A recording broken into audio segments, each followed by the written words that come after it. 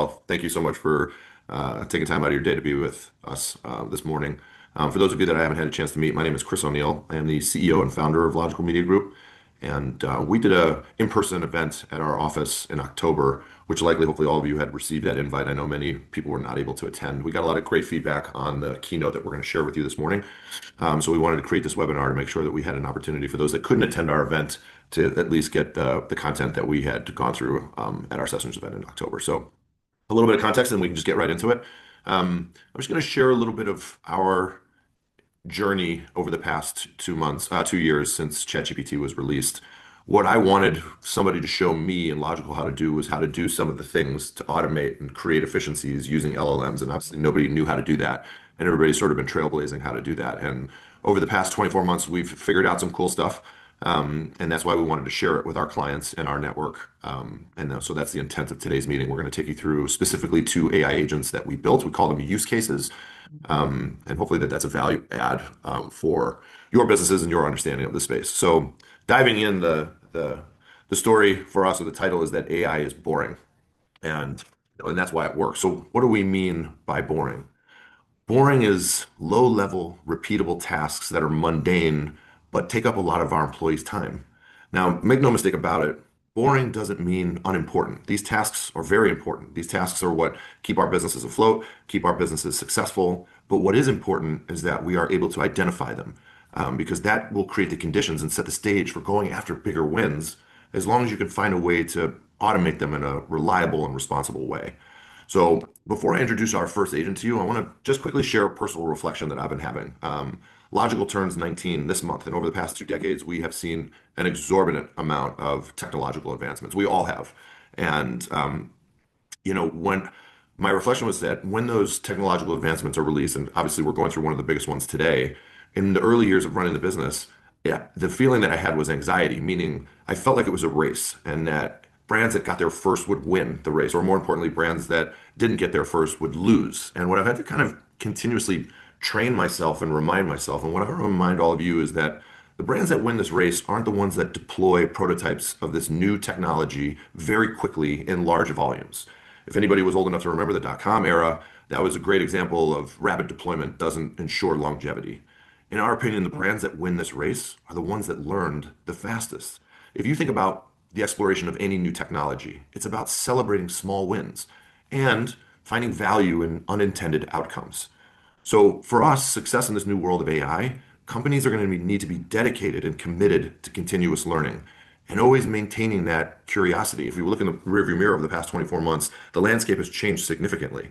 And so we want to make sure that we are maintaining that curiosity about what's going on and what's evolving so that we can adapt at the appropriate pace in order to enable our companies and the brands that we serve to utilize this technology. So I am going to introduce you to 2 agents today. This was the first one that we built. So this is that girl on the right is Tara. She is not our first agent. She is my director of HR. And that is McClellan, her son, sitting on her lap. Now, McClellan was born in February of this year, and Tara was going out on maternity leave from February through to July. And so Tara is a very responsible, detail-oriented HR professional. So this time last year, or actually October of last year, she scheduled a meeting with me 6 months before she was going out on maternity leave to say, we need to get coverage for my work. And being a detail-oriented professional, she brought a Google sheet that had like 500 rows on it of monthly tasks that needed to be managed in her absence. And I immediately said, we need to find an outsourced HR director in her absence. And look, not because I don't want to do her job. Quite frankly, I'm not qualified to do her job. But we did go and look through that list and try and find things that I could help with and that I could support in her absence that we wouldn't have to incur cost. And so what we surfaced was that Tara gets asked a lot of questions throughout the year from our employees. And she says, Chris, they come to me, but she said that all of these questions are answerable in our employee handbook. But a human being takes typically the path of least resistance. They know they can come to me and answer that question, or I can get that question answered. And it was at that moment that our vision and our idea for the first agent that we were going to make was born. And that's where Harry was born. Harry is an HR agent, and I'm going to show you him in action here in a moment. But here's an example of Harry answering a question for me: what are the company holidays this year? And he responds and he lists all the company holidays. And he's even very specific. You can see at the bottom, he said, these are all full days, but the day before Thanksgiving is a half day and we're closed at 1 o'clock. So what's the value of this? Why would we do this? What was the why behind trying to attempt this? Well, first of all, you've got a happier employee experience. Now our team can have an interactive experience going to talk to Harry. They don't have to wait for Tara to respond. They don't have to put the ball in her court and wait for her to respond, schedule time with her. They can just go self-help themselves, get the question answered in a reliable and responsible way in a good user experience. So on the one side, it is a benefit to the employees at Logical. On the other side, we calculated that it saved roughly 20% of Tara's time on an annual basis. So I don't know anybody that wouldn't want 20% of their time back, but we removed, again, not unimportant tasks, but repeatable tasks that consumed a lot of Tara's time so that she could focus on bigger wins. And so that was the rationale behind why we did it. Now I want to show you how we did it. So we created the Holistic AI Real-Time Research Yard, which is not the sexiest name for a development sandbox, but we were having fun with it. We didn't even know if we were going to be successful, so it spells out Harry's name. And by the way, I talked to a lot of people about AI. I talked to a lot of rooms about AI, and I get asked a lot of questions about how you would define an AI agent. They say, Chris, how would you define what an AI agent is? And my response is always the same. It's anything that uses a large language model or an LLM like ChatGPT. So in this case, we took the employee handbook that Tara built, which is arguably overly comprehensive for a 40-person shop, and we took that employee handbook and we put it on the cloud, and then we connected ChatGPT to it, and then we coded Harry's brain, and we added Harry. We're Google Shop, so we added Harry as an employee in our Google Chat. So when you go to our Google Chat, you can see the list of all of our employees. You can ping Harry a question. Harry uses large language models, queries into our handbook, and retrieves the response for the employee. We've also customized Harry so that he's unique to us. So an example of that would be we've trained Harry on our values. He knows what our values are. So as an example of that, one of our values at Logical is water. And water is about permeating the foundation of any of the brands that we serve, the foundation of their business, and finding cracks in that foundation, and then finding solutions to fill those cracks. So if you ask ChatGPT what water is, it's going to say it's two hydrogen atoms and oxygen atom. It covers 90% of the Earth's surface. There's salt water, there's fresh water. If you ask Harry what water is, he'll say that barriers are not obstacles or challenges, but opportunities for us to flow around and find a solution. And he'll even sometimes respond with a little water emoji in his response. So that's the general construct of how we did it. I'm going to show you specifically how he's constructed.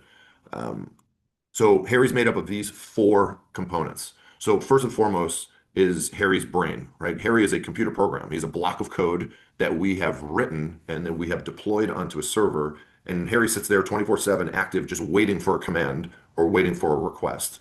And similar to making him unique to us, we've put very specific definitions into that code block, into his brain, so that he has been trained and tailored to respond very specifically in a very specific manner for our team. So in addition to the values, Harry knows who Logical Media Group is. He knows what work we do. Harry has a job description, so he knows what his roles and responsibilities are. And we've also given him a personality. So if any of you ping me and I'm writing back to you, but I haven't hit enter, you can see the dot dot dot in the response. Know that I'm engaged in your question. Harry's a computer program. He doesn't do that. There's no like pause on keyboard. So what we have is when you ping him, he responds right away, and he lets you know that he's working on your response, and it gives confidence in the employee asking the question that he's working on the request. And again, we weren't sure how successful we were going to be with this, so we gave him kind of a dog-related personality. So he's got some cheeky responses like barking up a tree for that order, or that's a bone I can dig for, or something along those lines. Again, kind of having an interactive user experience for our employees. So that's the first component to deploying and constructing an AI agent. The second, and again, by definition, an AI agent is anything that uses large language models. So we need large language models in order to effectively have the agent work. So originally we had connected Harry to ChatGPT in the prototype. Now Harry is connected to all of the LLMs, and he has versatility in terms of being able to move between the LLMs from Claude to Grok to Gemini to ChatGPT. The reason why we do that, or we wanted that versatility, is twofold. One, it has surfaced over the past, short amount of time, over the past 2 years, that certain LLMs have advantages or are better at certain things than others. So for example, Claude has reportedly been better in terms of output on arithmetic, on math-related questions, on numbers-related questions versus ChatGPT. So if it's a numbers-related question, we would want Harry to be able to pivot and move between LLMs in order to get the best possible large language model processing out of that. The second is the context window. So LLMs have different context windows. And the context window, think of it as how much information you are putting into the prompt window. Are you typing one sentence? Are you typing 30 sentences? Are you typing 30 pages? Are you uploading files? And that context window is measured in what's called tokens. So think of a token as a compression of text on the internet. If you have the phrase the cat and the, that phrase is repeated over and over again in the large language model training models. And what they do is they compress that text into one token. So all of those words are token 143. And don't think of it as a number, kind of think of it as a symbol. And what LLMs do is token prediction. So what they would say is the cat and the mouse, the cat and the dog, the cat and the hat. And what they try and do in token prediction is figure out which one has the highest probability of showing up next. And what they would do is take that token, the cat and they would add hat and they would compress that into a single token. So just a little window on how tokenization works. There are tokens now that hold a lot of compressed text. And that's how these training models are computationally far more efficient than they would be if they were trying to process every word in binary code. Well, that is all to say, when ChatGPT was released, the context window was 168,000 tokens, which was more than enough for Harry to query into our handbook. When Google finally released Gemini and Google got on the scene with their LLM, Gemini was released with a context window of 2 million tokens. So we'll get into our second agent, but when you start thinking about processing large data sets, the context window becomes very relevant. And so we'll get into that in a little bit more detail, but that's why we wanted to have the versatility of him being able to move between the different LLMs. Third, excuse me, is the connectivity tissue. So I'll get into a little bit of detail on that on the next slide. Just know that there are two ways to connect an agent and an LLM to a data source. And we'll talk about that briefly on the next slide. And then the last one, of course, is the data source. So when you're thinking about these low-level repeatable tasks inside your organization, how can you automate them? They're typically connected to a data repository. And so that data set is a key component to Harry's functionality. I know there's a lot going on the slide in terms of construct. I threw a lot at you. What I want you to remember or take away is that adoption is critical. If we build Harry and my team didn't use him, then it doesn't equal success. We want to ensure that our teams have confidence in Harry's responses. And so we have specifically engineered him this way so that he has that level of reliability and our team trusts him so that his response is the same for every question, every time, just like Tara would. So last piece here, and then I'm going to show you a quick short video of Harry in action. These are the connectivity tissues. So Retrieval-Augmented Generation, or RAG, was the first connectivity tool that was able to allow us to connect LLM and Harry's block of code to our cloud repository of our employee handbook. MCP, or Model Context Protocol, was released more recently. And think about MCP is about connecting an LLM and an AI agent directly into platform. So if you use Asana or Monday or HubSpot, Salesforce, you could connect it into your Google Analytics account, your Google Ads account, your LinkedIn Ads account, right? So that MCP model is how you can connect our agent directly into platform. So here's a short video showing you kind of demoing how Harry works. And this is through Archie Chat, but it's showcased on my phone. Place questions. Harry, our operational support agent, changes them, instantly handling tasks like IT password resets, access requests, or policy reminders. Finance questions like expense report status or invoice details.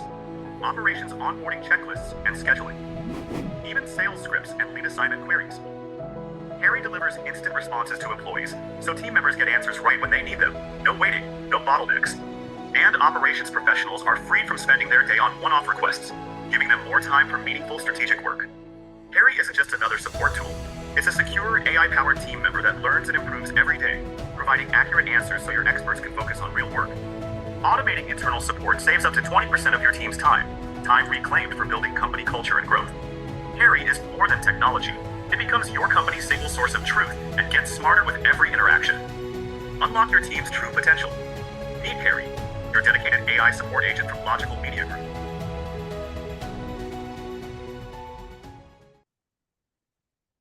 So pretty cool. And remember, it's about the celebration of that small win. Nobody knew how to build AI agents. There are obviously other companies that can do it, but we're pretty proud of the fact that we were able to figure it out. And it took us a decent amount of investment and a decent amount of failure and a decent amount of that didn't work, let's try this way. But now we've deployed something that gives my director of HR 20% of her time back. And so I'll give you a cool like outcome of that.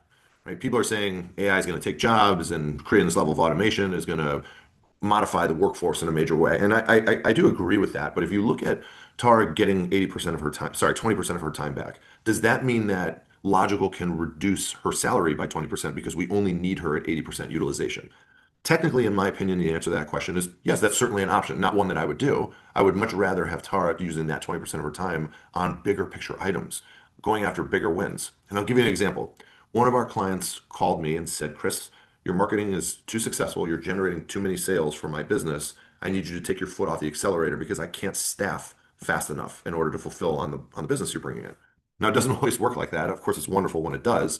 And my response to him was, I'm not stopping what I'm doing. If it's that successful, I will help you staff. I will recruit for you. And Tara happens to be one of the best recruiters on this planet.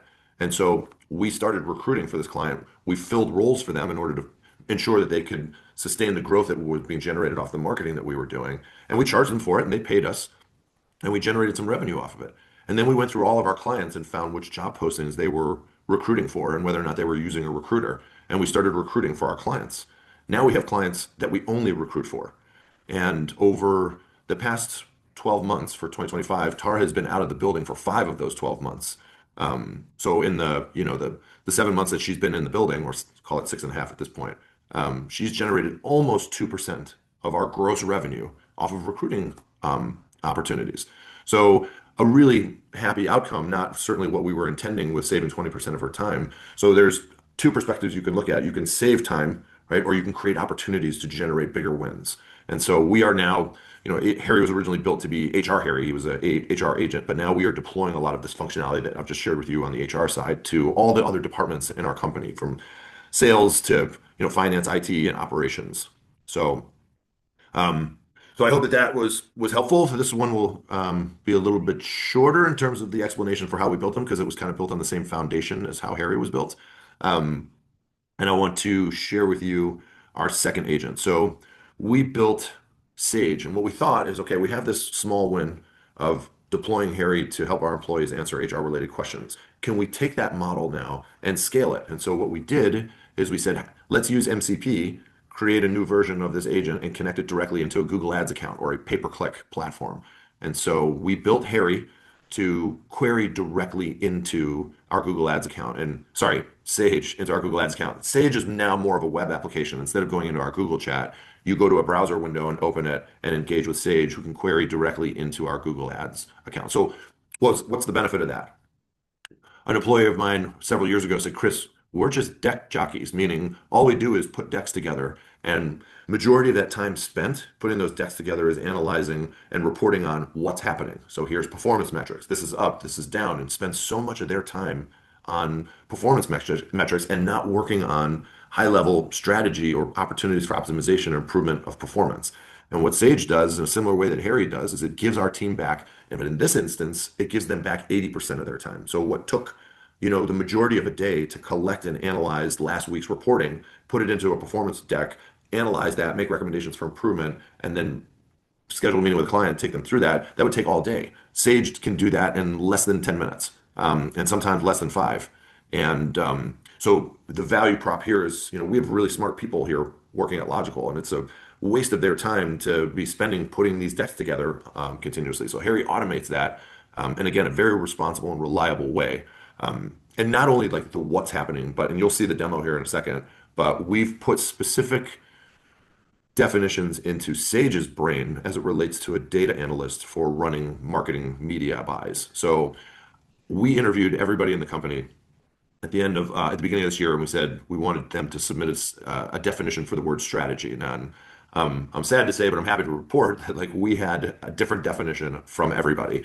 And so we put very specific definitions into Sage's brain for words like strategy, words like insights, words like actions from insights, words like optimization, so that we're all speaking the same language. We're all sourcing this data from a single source of truth.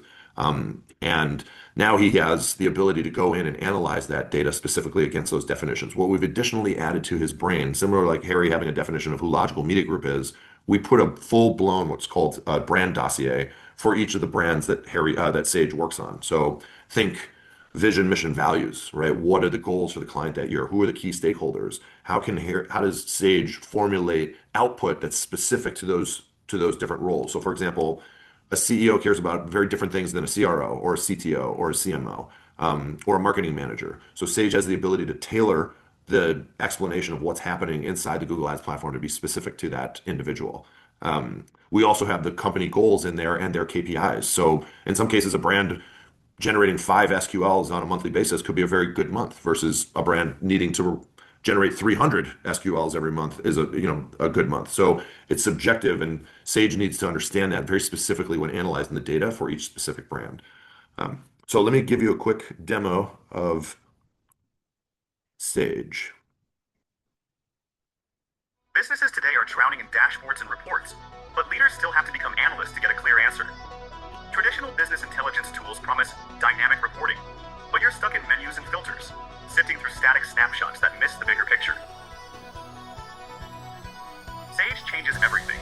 It's not just dynamic reporting, it's dynamic insight. With conversational AI, you ask questions in plain English and get instant answers, even for complex business problems.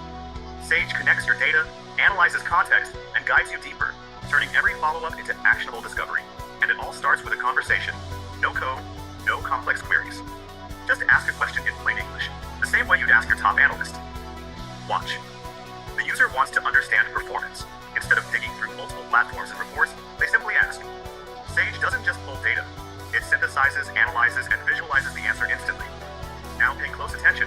A static tool would stop here. It's giving you an answer. And now it waits for your next command. But Sage understands the context of your question and anticipates your next move. See these suggested questions. Sage is guiding the analysis, revealing the deeper insights hidden in your data. It's turning a simple query into a strategic discovery. Unlike typical tools, Sage's insights evolve with every conversation. Don't settle for passive dashboards. Build your own strategic advisor. Get the intelligence you need when you need it with Sage from Logical Media Group.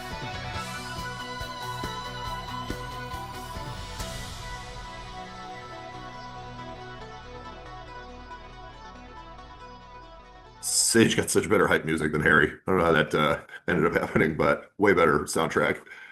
Um, so pretty cool, right? You can see the level of versatility and what we like to call decision velocity. We have been able to now increase our team's ability to move much faster because that data is analyzed with the large language model being connected to in-platform. So it's not just numbers and what's happening. Now our team can really focus on actionable insights. Not even what Sage is deploying is what actions can be taken, but how our team can get in there and tweak that and modify it and ideate on new ideas. So it moves much faster. Gives your opportunity for your best people to be editors and really working on content and messaging as opposed to reporting on what's happening. So you have an opportunity to unlock proactive work as opposed to just, again, putting these decks together. And without a doubt, fewer mistakes. This does not operate without a human, right? We still need our teams involved to ensure that this is moving in the right direction for the brands that we serve. But if you think about the scalability, now we have a prototype that works for Sage querying into Google Ads, and now we are adding all the other ad platforms. And you can think about the level of complexity that Sage can really offer to a brand in terms of paid media strategy. So with that being said, again, deck jockeys, right? Like we're no longer doing that. And I always want my team to be able to share with our customers, not just what the numbers are, but what do they mean? Why? And what are we doing about it in order to improve? So I really appreciate you guys being here today. I couldn't be more pleased with you taking the time. As I mentioned, if you do have any questions, if the chat feature does work, I'm happy to stay on a little bit longer to answer any questions that you have about what we just took you through. And also to let you know that these are things that we can deploy for you. We're already deploying them for several brands currently. And as we iterate, we've got agents for SEO. We're building quite a few of these. So I'll continue to set webinars to share the agents that we're building in addition to the two that I just shared with you. But if you don't have any questions, I will give you back the back half hour of this hour. And again, I really appreciate you being here. And if there are questions that you think of after this webinar, you have my email address. Please feel free to reach out to me at any time. Thank you so much for being here. And I hope you have a great rest of your day and a wonderful weekend. Thanks very much. Bye.